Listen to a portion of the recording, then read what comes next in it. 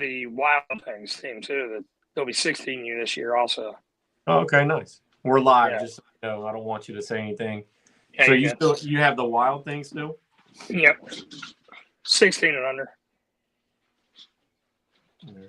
Basically, a lot of the same kids we've had for years and years. Okay. Do my little countdown here so I can get some people on. Like I said, I'm still playing on this thing to like figure out how I can do all of this stuff. Yeah, one day we'll have to go down. You have to let me know what happened with the Bear Diamond Academy too. Ooh, we're live. Well, that'll be we'll talk. All right, here we go. We're going to stop the timer a little soon here. So here we go. Hey, everybody. Welcome to Down the Line with Jeremy Humphrey. Welcome to today's podcast or interview, whatever we want to call it nowadays. It doesn't really matter. So today we have Adam Angel, head coach of Cameron, West Virginia. And then we also have his son, Coy Angel, who is a pitcher at Wright State. We want to welcome you guys. Thank you for coming on board and joining the conversation. Thanks, sir. Appreciate you having us. Not a problem. Well, I mean, let's just dive right into it. Tell us a little bit about yourself, Coach. How long you've been a coach at Cameron and some other things about you. Yeah, so, grew up, graduated from John Marshall, played college baseball at Salem. Got married, got married young, had 4 kids. They obviously got right into baseball. 4 years old and younger, as soon as Adam started at 4, or Kalen started at 4, Coy was throwing and Kaysen was it. As soon as they could pick up baseballs, but we did the rec for a while, and then we decided right around the Pinto age that we were going to go travel instead of rec, and we did the travel for a while, and life happened, divorce happened. I got lucky and found another lady that would put up with me in baseball, and remarried, and ended up moving out in the Cameron district. Okay. And then the boys, it's kind of crazy how it all worked out. Yeah. I moved out. It was right around COVID. So that year, basically baseball was nothing. And the Cameron coach had left that year. He was leaving at the end of that year to go down to he's down at Myrtle Beach right now. Oh, okay. And nice. He's at Carolina Forest. So it ended up, the job came open. The boys ended up transferring from Wheeling Park, out to Cameron. I ended up taking the job out there. So this will be my third full season out there. Okay. But I've been pretty fortunate. Everything's worked out really well the last few years where it just kind of went right in line. Yeah. So Coy just graduated, correct? No, he's still a senior. Adam graduated. Yeah. He's in his senior year right now. Oh, okay, yes. Nice. For whatever reason, I thought he had already committed to. Oh, he's committed to Wright State, but I already thought that he was there. So, with your team, you obviously have your ace pitcher here. I know it's your son, and I know Daddy Ball's a real issue and stuff like that. How do you get your coaching philosophy to not be so much subject around Coy, and kind of getting everybody involved? So when we came out, we kind of inherited some talent, some athletic baseball players. I got Lance Hartley right now that's throwing mid to upper 90s also. Not upper. We're mid to low, I'm sorry. Okay. So I've got a 1 and a 1A that I would imagine, I would assume any two high schools around would love to have. So yeah, absolutely. As far as the daddy ball, I have always been aware of that. My kids very rarely played shortstop. I kind of put them where we needed them and where they would fit. And, and I'm sure a lot of people know, sometimes it's dependent on making parents happy and not listening, to that side of it. So, yeah, it's tough. We just had a conversation at practice yesterday about it because, we open up tomorrow and Coy's going to start. And then my younger son, Kaysen's going to, like, well, Kaysen, if I take you from behind the plate and I put you out on the mound, then it's going to look like, well, he's only playing his own kids. So, right. It's tough. The baseball minds, they get it and they understand it and they see it. You know what I mean? Like, Right. It's not. It's hard to hide. Coy's throwing 93, 94. It's kind of hard to hide. Right. Yeah. So they make it easy because there's no real argument, when it comes to playing time and where and in what positions and stuff like that. They make it easy on me for sure. Yeah. Coy, was it ever easy, or, how hard was the progress for you coming up as, maybe an 8U, 9U player and having your dad as your coach? How have you been able to adjust, and at what age did it finally click for you to go, you know what, Dad kind of knows his stuff, let's start going this way instead of fighting all the time? Yeah, so the way my birthday is, I always had to play a year up for my age, but like with my grade. So Okay. I have my older brother just graduated last year, and so we always played like same teams kind of thing. Like I was 8 playing 10U, I believe, and then from there going up, and I'd say probably about 12. I realized with hitting because up until my freshman, sophomore year, I wasn't as dominant on the mound, and I was bouncing around corner infield, corner outfield, and then I think probably about 12, I realized with the hitting aspect that like, oh man, like I really, there's some knowledge that I can obtain, I guess. Yeah. And come 14 with like pitching, I'd say just everything that like kind of leads up, I'd say it all kind of fell into place, and that's when it really started to take off. That's it. Okay, nice. Yeah, I think that seems to be the 8U, 9U, 10U, 11U. Those 4 or 5 years were pretty rough on us, like as far as with attitudes and trying to, not so much blow up on the kids and your kid and specifically, but like making sure that all the parents see you blow up on the whole team and making sure that their attitudes are all good. I can say that we scrimmaged last week, and their attitudes were perfect. It was beautiful. We got out there. We struggled a little bit, but instead of putting their heads down, like I got to see them kind of just pull back and smile, look like they were having fun, and it was nice to do. So I'm hoping the whole year goes that way because, when they're having fun, it makes it definitely easier for us to do that. But we're at that age now where you said 12U seemed to be where it kind of clicked. We're at that age now. So I'm hoping, that's the age that it clicks for us as well as father, son, instead of, whatever. So, you said you went to Salem University, Adam. What position did you play? Did you start? What kind of experience did you get at Salem? So I ended up going down there, walked on, didn't have a scholarship, anything like that. My brother was down there and he swam. And I was just like, listen, I can be my brother's roommate and still play baseball.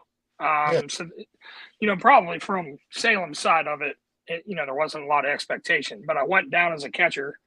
Okay. And by the time I left, I played everything but first base. Well, so, I mean, there wasn't a lot of playing time. There wasn't a lot. It was just, I was able to at least be good enough that I could fill in here or there, as far as utility goes. And then my senior year, I ended up pitching. There you go. Ain't nothing wrong with that. No. So with your upcoming season, you got, a 1A and a 1B pitcher. I know when we first met each other, I met you a couple of times through a wheeling tournament that you hosted for the youth area. But more particular, like you were playing, I think it was Madonna at Edison for the OVAC championship. Yeah, 2 years ago. So that would be your first year when you jumped on there? Yep. Okay. Yes, sir. And so you inherited a pretty good little solid team right out of the gate. Yeah, it wasn't bad. Yeah, it definitely wasn't bad. Good.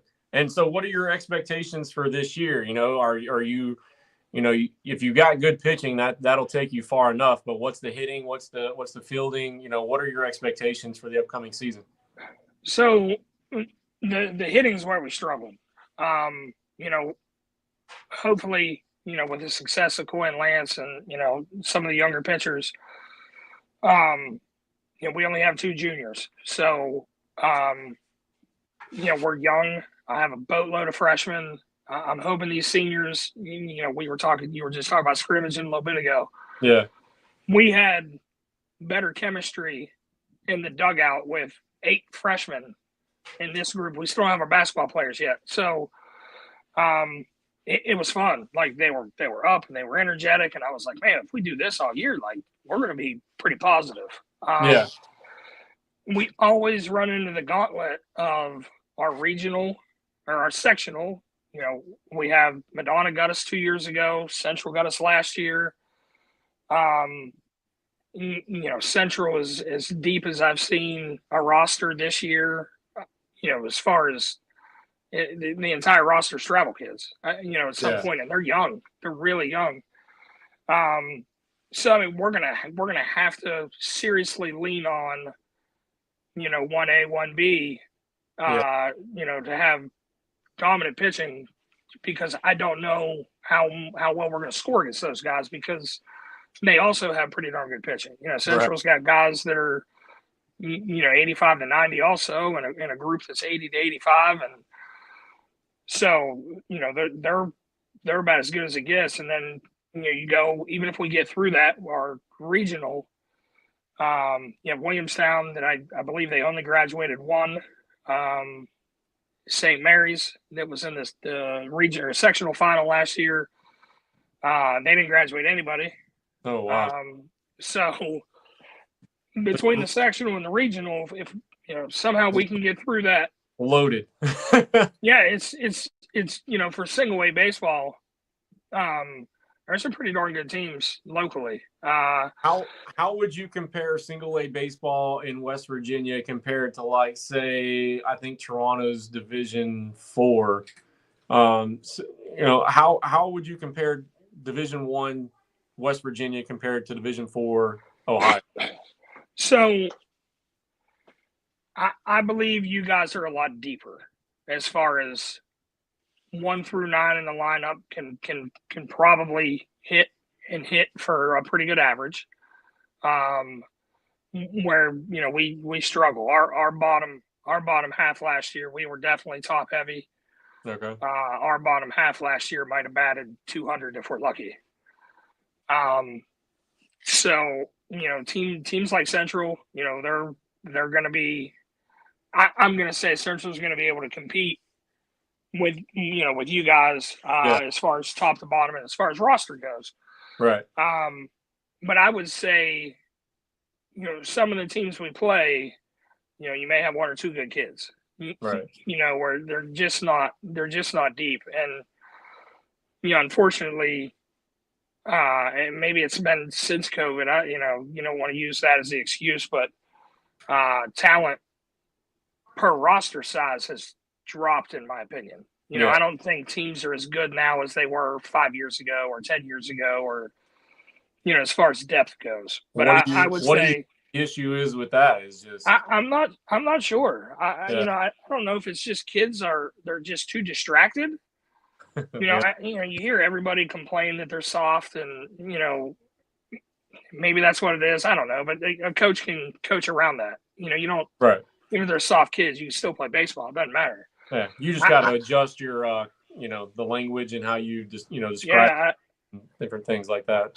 Again, when, like I said, and to bring up Central again, they got a team full of, travel baseball players. Yeah. I have 5 summer baseball players.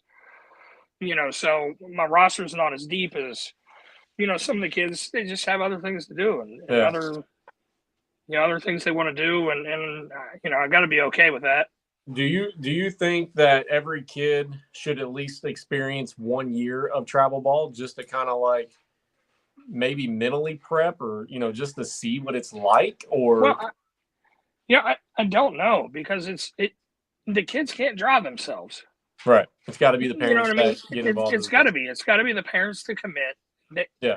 It's just a different level of commitment, whether it's parents, whether it's kids. Um, you know, there's more pride. There's more pride by the players. Right. There's just a desire to get better and the desire to want to win, and there's no such thing as failing. And it's baseball. It's a tough sport. I mean, it is. Yeah, it's probably the hardest. Yeah, and to get parents to actually commit to doing that, and financially commit to doing that, and that might be another problem. Yeah. Because, well, I know there's some organizations around the area, and I know I'm not going to just call my organization out too, but I know that there are organizations that do a lot of fundraising, or they've been established and they have one big fundraiser that they're able to do to help the cost, get as low as they can to help out people in the valley. And I agree with you. I do think that cost, has a lot to do with it. That's just what I've heard over the years. So, I mean, I know that we try to do our best to make it as low as possible total cost wise. But essentially, you're still playing travel ball. There's still going to be hotels. Yeah. There's going to be food. There's still going to be food, gas, and hotels is where it is. We try to keep the entry fee as low as we can. Right. If we can make it. I've actually, with my youngest travel team, I've actually given money back at the end of the year, back to the parents, because I was like, you guys, we didn't need it, so here, take it back. Nice. But it is tough. How now I only have a 10, 11, and a 12U team, but I know we're getting close to this situation here. How do y'all manage with the high school? Because I know once high school starts, they're not allowed to do any type of organizational activity with travel ball teams and stuff like that that they're on. So how do y'all manage your season for travel ball? And you have like you said, you have the Wild Thing 16U out of Wheeling. So how do y'all manage your time there and making sure that you get your tournaments in and stuff like that? Yeah. So, last year we had our freshmen. A lot of the freshmen, some of the kids are Park, some are Central. We actually have a couple, the triplets that are in Highland. We have them on the team. Most of our team last year was JV kids. So the JV schedule ends beginning of May. Right. For you guys, it might be the second week of May. So we could start Memorial Day weekend. We could start maybe the weekend before. Yeah. But now we have the situation where 3 of the kids are from Central, and if they play longer into the season, and 3 are from Highland, and if they play longer, like I have tournaments scheduled, and I've already talked to directors that there's a possibility that we may have to pull out. Yeah. If that's the case, then we'll do that. If not, I might try to just bring some stragglers along and see who wants to play that way. Okay. Now we also increase our roster size too. Right. I mean, you got to have their POs and different things like that. We went from 11 to 14. So now, do you try to like jam pack it in June then, or do you still do you pick certain tournaments like PBR or Perfect Game, or just a Cap Classic in Pittsburgh that that brings college coaches out? How do you pick your tournaments? So what I've ran into, it's kind of been disappointing. We got into the Western PA invite, and we played all of our games on college fields the entire tournament, and we never saw one college coach. Really? Like the host schools weren't even there. The only person that we saw in the entire tournament was the umpire, and we didn't even know. Yeah. Wow. So we've a few years ago we won the 5 tool youth the Ohio State Championship. Okay. We had to qualify. We won it, and then the kids loved it, so we got back into that. We started doing a couple PBRs. We went out to Cincinnati. We've done the one in Columbus. We've got into those, and they're cool. But unfortunately, you have a teenage boy that is working the field. They're just giving you baseballs, and they send a couple tweets out. Okay. We haven't seen any scouts. So either I'm hitting the wrong tournaments, or our area is just not scoutable. Yeah. Right. Well, so my plan. I don't even know, because I know, like, when the Cap Classic's going on, I feel like they use a ton of local college campuses to host those tournaments. And like you said, like we played at Seton Hill last year and on the softball field. And their softball coach was actually there, running the field, making the maintenance on the field, making sure that everything was there. So it was nice seeing a coach, but I don't know about the baseball side of it. We got into that this year on the baseball side, the one in Seton Hill. But what I'm going to do now, like I said, the kids are 16, they're sophomores. Most of them, we have a couple juniors because of their birthdays. Yeah. I just made a schedule, and we're kind of a little bit more local. I didn't go after the big tournaments, and I'm just going to invite college coaches. I'm just going to send out emails. I'm going to send out the schedule. I'm going to say, hey, we're going to be here. Here's our schedule. If you want to come out, please come take a look at us.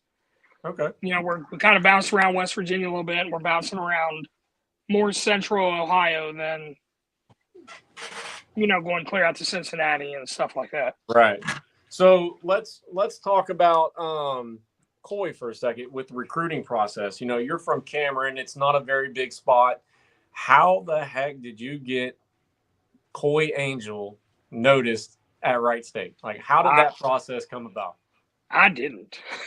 Coy Angel got Coy Angel noticed. So we kind of got lucky. I got a brother that lives in Tampa. Okay. And his oldest son is a PO. He's a freshman in college right now, Carson Newman. And they kept telling me, they're like, you got to get Coy down here. You got to get Coy down here. They got Randy Sullivan baseball academies down there, which they call the Ranch. The Ranch. Yep. We got Coy down there 2 years ago when he was a sophomore. Because Jeremy, he's way above my pay grade. Like I got him to this point, not to this point. I got him to his freshman year. Yeah. But like he told you, he wanted more and he needed more. And I had to figure out a way to get him. I've always told him since they were little, when you're ready to commit, I'll commit with you. Yeah. And he was ready, and we ended up sending him down there for the summer. We ended up playing for a team, the Hit Factory Pros down there that his cousin got him on. The guys didn't know anything about him. He went down and pitched, I think, 13 innings that year. And, I think, I see you scrolling on the PG right there. I think his first outing, he was at 81. And by the time he left, he had hit 88. Nice. Okay. So that pitching regimen that he did down there, and the baseball academy he went to down there, definitely was worth the money, at least to get him, to the perfect game stats. Right. And that's what we're looking at now is, we're just going through his events. So on this one here, this was a WWBA World Championship in October of 2023. He hit 90 on his fastball, and his range was 86 to 90. His curveball dropped down to 78, and then his changeup hit 80. This diamond cast stats that they do at some of these tournaments. And you can go in and check your profile out and, check it, see how you did on each tournament. Yep. On this one here, he played. The first one was the Banditos team. This was the Banditos, 90 on this one. You got a good drop off in your changeup and your slider. You go from 90 and you drop it down to, 77, right? Is that what it said? 77, 83 on a changeup. That's gonna keep some people off balance. That's for sure. And this is what we're trying to do with travel ball. Like, here you go. This was probably more 2022. You hit 88, so your fastball definitely jumped up. Coy, tell us a little bit about this experience here. Like, what was it like, leaving Cameron and going down to Florida and spending a summer down in the, in Florida down there? What was that like? It was certainly different. So everyone, like, they have their, like, my cousin has his little group of friends, and there's like 5 or 6 of them, and it's just everyone's focused on training, pushing everyone to get better, and it's really that's different than, like, your Cameron Field, where we have, I mean, you have your guys, and I mean, we have 2 guys going to college baseball right now, rather than the 5, 6, 7 that I go and train with down there. So, it's always pushing and competing, I guess.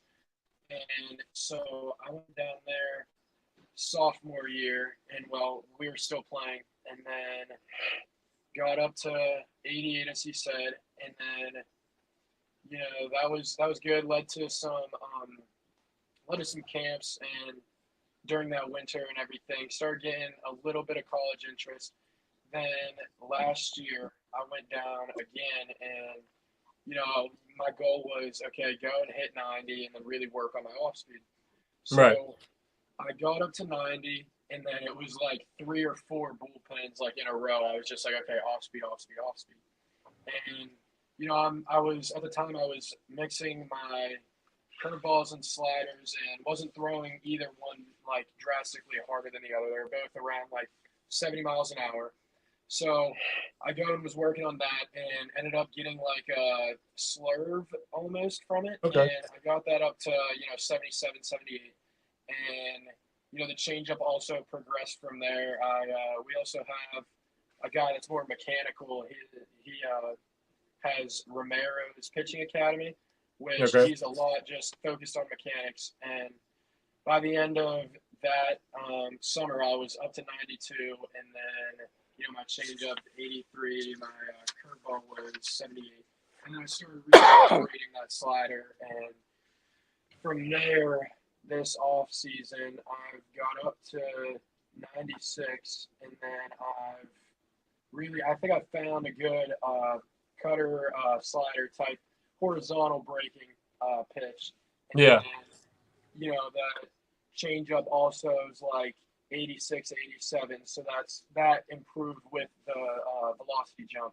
And then that curveball's still right around 90. So it's a good drop off still. Yeah. Now my sister, she just moved from Austin to Cypress, Texas. And Cypress is just south of Tomball. So I know a little bit about that Banditos organization.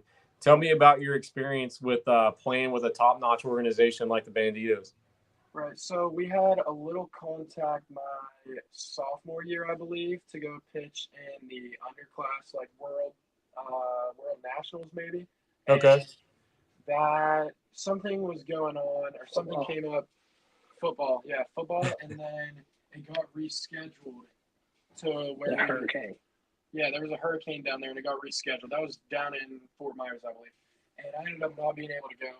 And then this past year, they reached out again over the summer, and I had just come back from Florida, and they were like, hey, do you want to come pitch for us down in, what was that, Atlanta?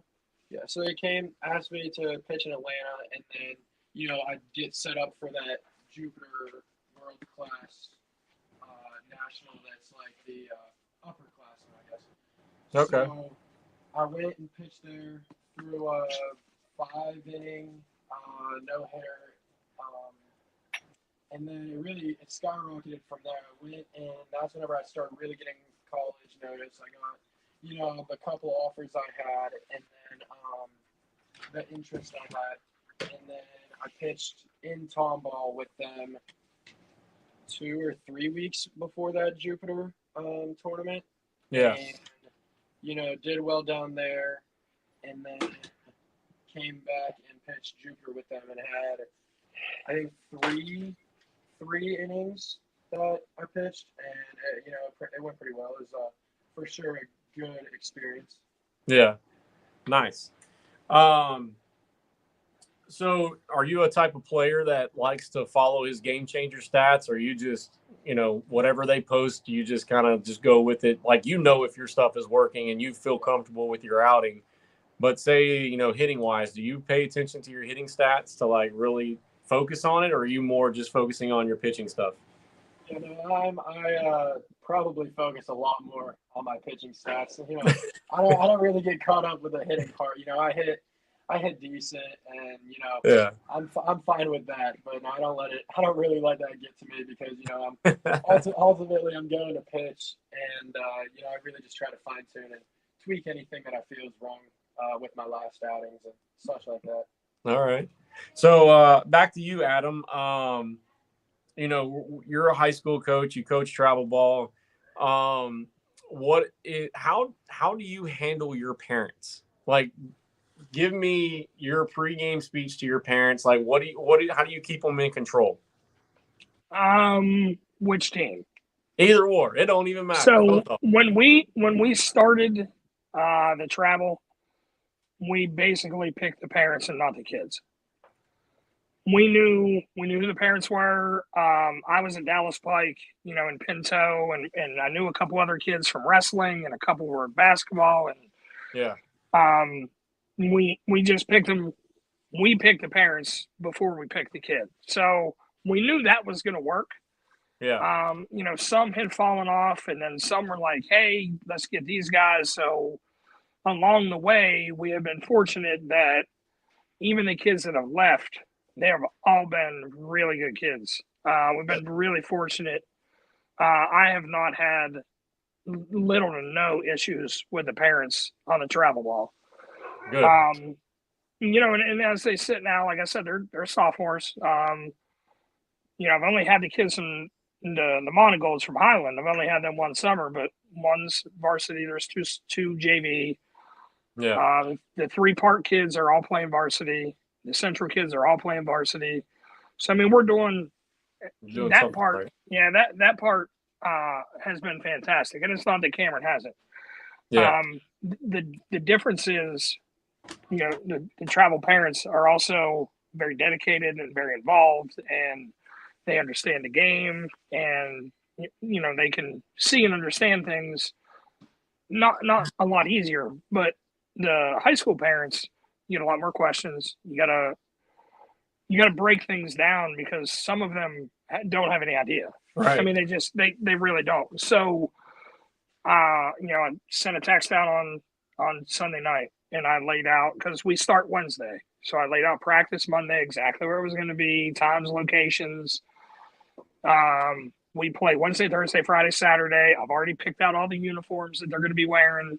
Yeah. So there's very little questions. I kind of chuckled, because I'll send a text out, and then I'll get a text right back. Hey, where's practice at? I'm like, read your text. Right. So it's different. So a lot of times, do you hold your players more like on point with that? Like, if you send a text out to your players, it's their responsibility now, right? Because you're in high school. It should be up to them to get to that location to where practice is at, not the parent, right? Correct. Yeah, you're right, and we're fortunate that we're unfortunate because we really don't have a field. But the football field is right across the street from the school. So, if we go indoors, we have to go to the old high school. And it's kind of funny. We have 6 drivers, and I laid out a driving plan so that all the freshmen could figure out who they're riding with and how they're getting there. And it's like I worked for I still do. I work for oil and gas. That's my main job. And so for a company that I used to work for, I did leasing stuff, and I had to drive to Cameron like 2 to 3 days a week. Is there not a faster way to get there? No, there's dude, not. That drive. And the thing is too, you're in and out of service. So I text the boys, and if they're in school, half of them have no idea. So I send out a remind to the parents. Some of them don't have cell service at their houses. We have teachers they don't have cell service in the school. Or if they leave, they don't have cell service when they leave the school.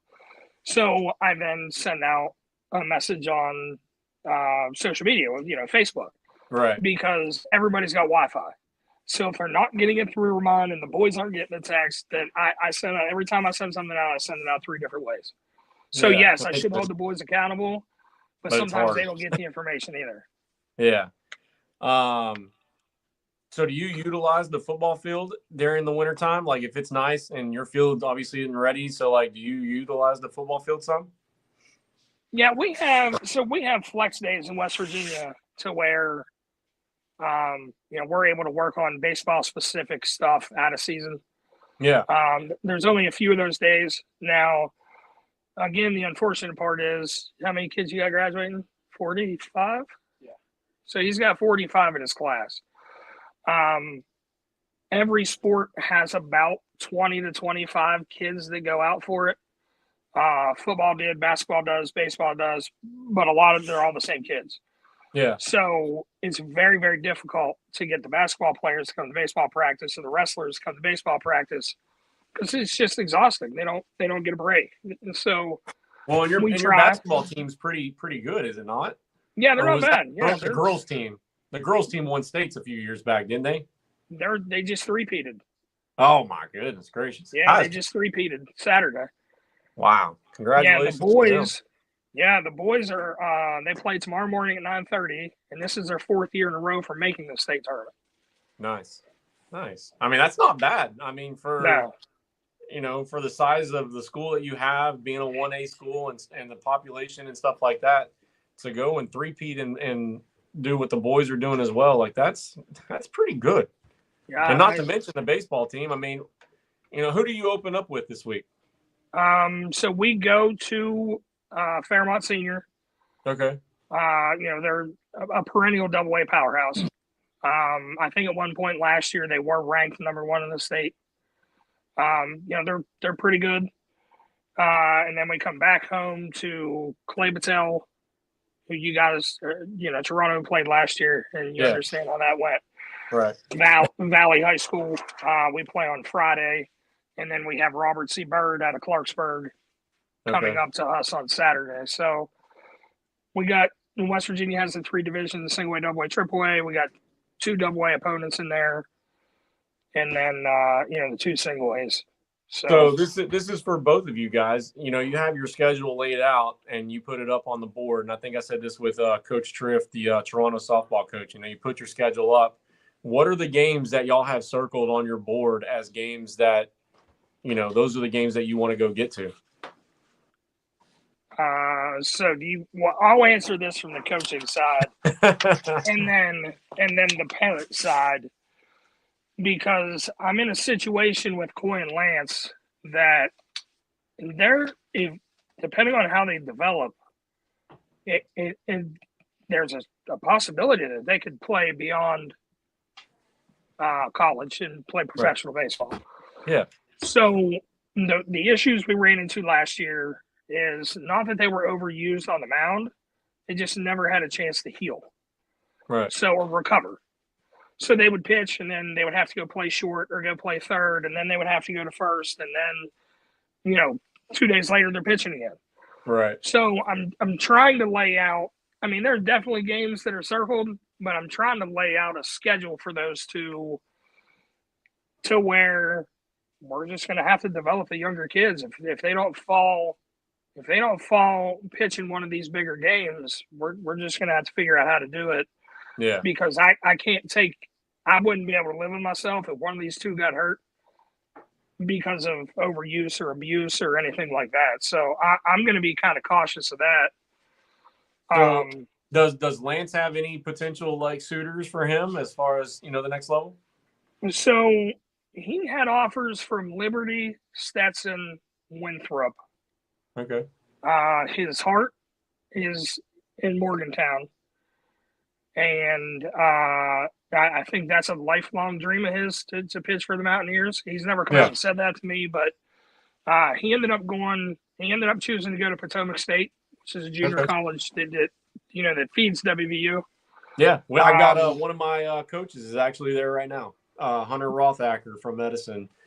He's my 11U coach. He just had, I don't think it was a full blown Tommy John, but he did have surgery on his arm, so he's kind of in recovery mode right now. Yeah. I think he just got to throw 90 feet for the first time here the other day. So, good. But he's down there at Potomac right now.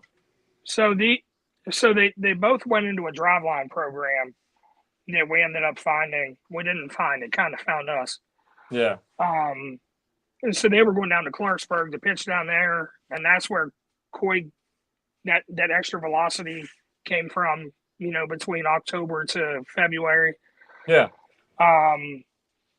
You know, he did hit 96 down there, and I don't know if Lance hit 95, but he was like 94, high 94s. So they have scout looks. You know, I'm getting calls about, hey, when are they going to throw? When's their next bullpen? So I got to kind of, not that I need to worry about that, but I need to try to plan it to schedule it to where they're healthy and they're going to be fresh and ready. And I don't want them to miss out on an opportunity if it's theirs. So, right. You know, I can circle and pencil in all the ones that I want, but I don't know necessarily that we're going to be our best during those games. Now, right. With our sectional and our regional the way that it is, we have two goals. We haven't been fortunate enough to get through the sectional or the regional. We're going to attempt to win those, obviously. I think if we got into a 3-game series with anybody, we'd probably be pretty difficult to beat. Yeah. Especially having these two guys.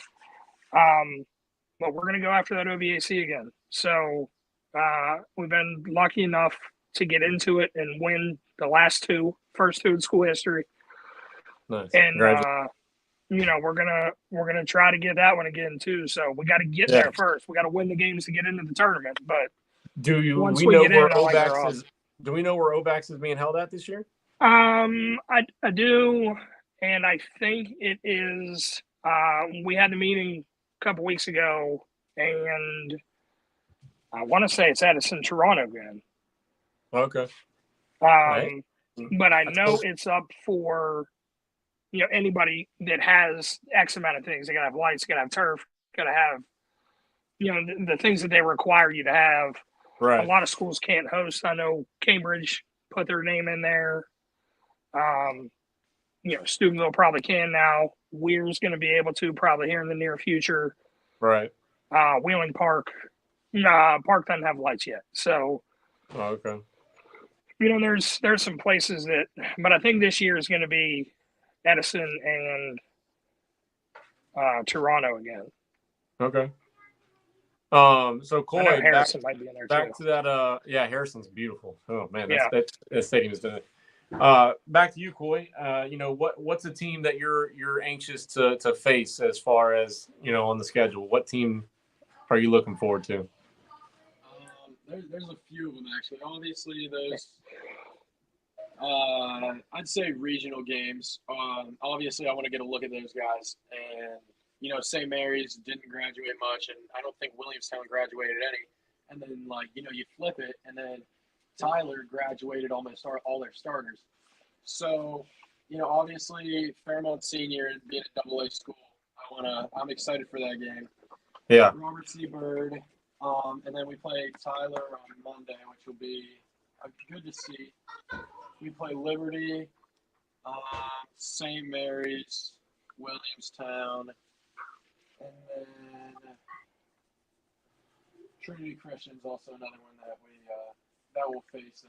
You know, those games obviously I'd like to see just to, you know, get more of an understanding of like competition and how I'm gonna have to pitch against those coming like in the future, and if we see those in sectional, regional. Yeah. Okay. Adam, what college comes back to you and say Wright State gives you a call and they want you to follow Coy, what position do they hire you as? What is your go-to position that you like to coach the most? I don't even know. I like that question. That's a good question. I would probably say I would probably say catching. Okay. I'm an information guy, like try to understand the process of the game more than just understand your position. Right. You know, the boys have all been utility guys. Coy's younger brother, Kaysen, is, yeah, he's another utility player that he's gonna play a lot of positions. But I would probably say catch. I mean, there's a lot of responsibility behind that plate. Yeah. It's not just catching baseball. Now you don't have to You don't have to answer this, but I think I stayed to watch your first year when you played Madonna in that championship game. That final play, right? It was a final play that came down to a throw at home plate. Yep. Describe that. Like, you say was it a catching issue? Was it a throw issue? It was hard to really kind of see because if you've never been to Edison Stadium, if you don't have a certain spot, like you really kind of miss out on what happens at home plate depending on the angle. So we had Ike Ball. He was a senior. He graduated, obviously. He made, I'm pretty sure it was soft contact in the infield. Might even have been the catcher that came out. I can't hear you very well at all. Is the mic? How about now? I don't know if your mic is working or not. Is that any better or no?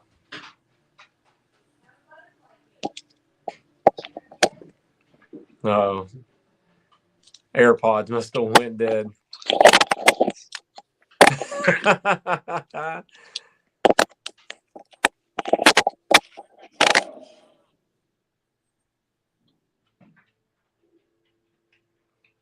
No. I can't hear anything. We didn't even touch it. We didn't even touch it yet. No, that's all right. We'll just say that Can you didn't hear want me to talk now? about that one. So no, that's fine. We can hear you. I don't know what's going on. I'll text you. We'll wrap it up. It says your mic's off. Yeah, I don't know. We'll figure it out. I'll send you a text. I don't know. I don't know what's going on, but like I said, hey, thank you for coming on.